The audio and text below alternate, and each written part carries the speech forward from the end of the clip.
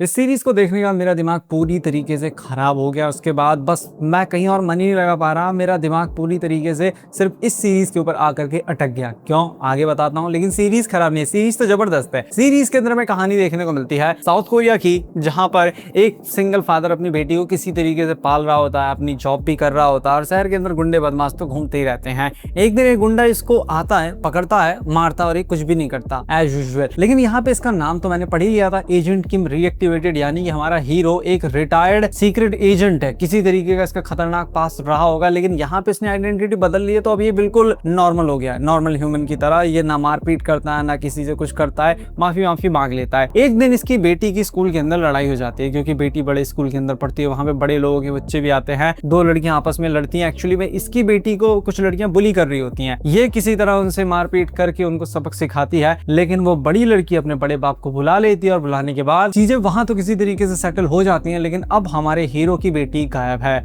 और भले ही इंसान कितना भी अपने आप को भूलने की कोशिश करे, लेकिन जब बात परिवार पे आएगी, बेटी पे आएगी, तो वो 110% एक्टिवेट होगा और यहीं से हमारा हीरो रीएक्टिवेट हो जाता है। सीरीज का जो ये इमोशनल एंगल है ना, ये सीरीज को बहुत ज्यादा स्ट्रॉन्ग बनाता है कि अपनी बेटी को ढूंढने के लिए एक बंदा रीएक्टिवेट हुआ है। उसी के साथ में इसके और भी दोस्त भी हैं जो इसी की तरह रिटायर्ड सीक्रेट एजेंट हैं। तो हमको अभी तक ये नहीं पता कि एक्चुअली में इनका पास्ट क्या रहा है, क्योंकि अभी के लिए एक ही एपिसोड रिलीज हुआ और इसी की वजह से मैं फ्रस्ट्रेट हुआ, क्योंकि मुझे तो लगा कि 10 एपिसोड एक साथ रिलीज हो गए और मैं अब बस पूरी रात बैठ करके इस सीरीज को एंजॉय करूंगा, क्योंकि इनिशियली बहुत अच्छी सीरीज मुझे लग रही थी और एंडिंग इतने धमाकेदार तरीके से, इतने बड़े स्टेक्स के साथ हुई कि मैंने कहा चलो जल्दी से सेकंड एपिसोड लगाते हैं। और सेकंड एपिसोड देखा तो वो गायब। सेकंड एपिसोड आएगा जुलाई में, 27 जुलाई 25 जुलाई को।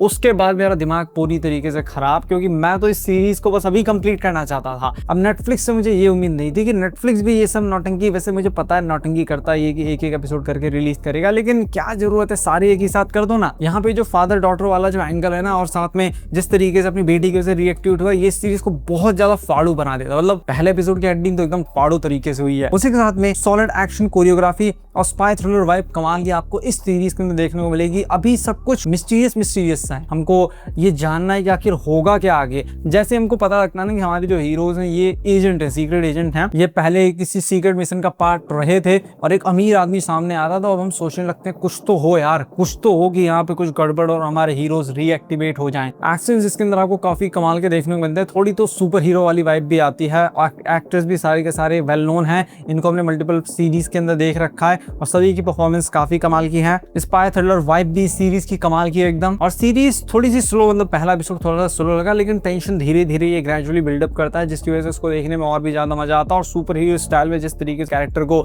इंट्रोड्यूस कराया गया है वो भी देखने में बहुत ज्यादा अच्छा लगता है। लेकिन सीरीज के अंदर अगर वीक पॉइंट की बात करें तो अभी के लिए कोई वीक पॉइंट मुझे लगा नहीं, क्योंकि एक ही एपिसोड तो आया। मुझे तो पहला एपिसोड काफी कमाल का लगा उसके एंडिंग की वजह से। और मेरा मानना है कि पहला एपिसोड जिस हाई स्टेक पे एंड हुआ, उसके बाद अपनी बेटी को ढूंढने के लिए जाएगा, क्योंकि इसकी बेटी गायब हो गई है, किडनैप हो गई है, तो आगे बहुत कुछ हमें देखने को मिलेगा। सारे एपिसोड देखने के बाद ही पता लगेगा। लेकिन जिस तरीके से मैं बहुत ज्यादा डेस्परेट हो गया पहला एपिसोड देखने के बाद आखिरी एपिसोड देखने के लिए, उससे आपको समझ जाना चाहिए कि पहला एपिसोड कमाल का था। और ओवरऑल मैंने इंटरनेट पे इसकी रेटिंग चेक की तो लोगों को ये सीरीज काफी पसंद आई, क्योंकि आई थिंक कुछ लोगों को पहले ही मौका मिल जाता है सारी सीरीज कंप्लीट करने का, तो उन्होंने इस सीरीज को काफी अच्छी खासी रेटिंग दी है। इसीलिए मैं पहले एपिसोड को बड़े आराम से 8 आउट ऑफ 10 की रेटिंग दूंगा और आपसे यही बोलूंगा आप इसको स्टार्ट कर सकते हैं, या आप वेट कर सकते हैं कि जब सारे एपिसोड आ जाएं। जुलाई का एंड होते होते सारे एपिसोड्स आ जाएंगे।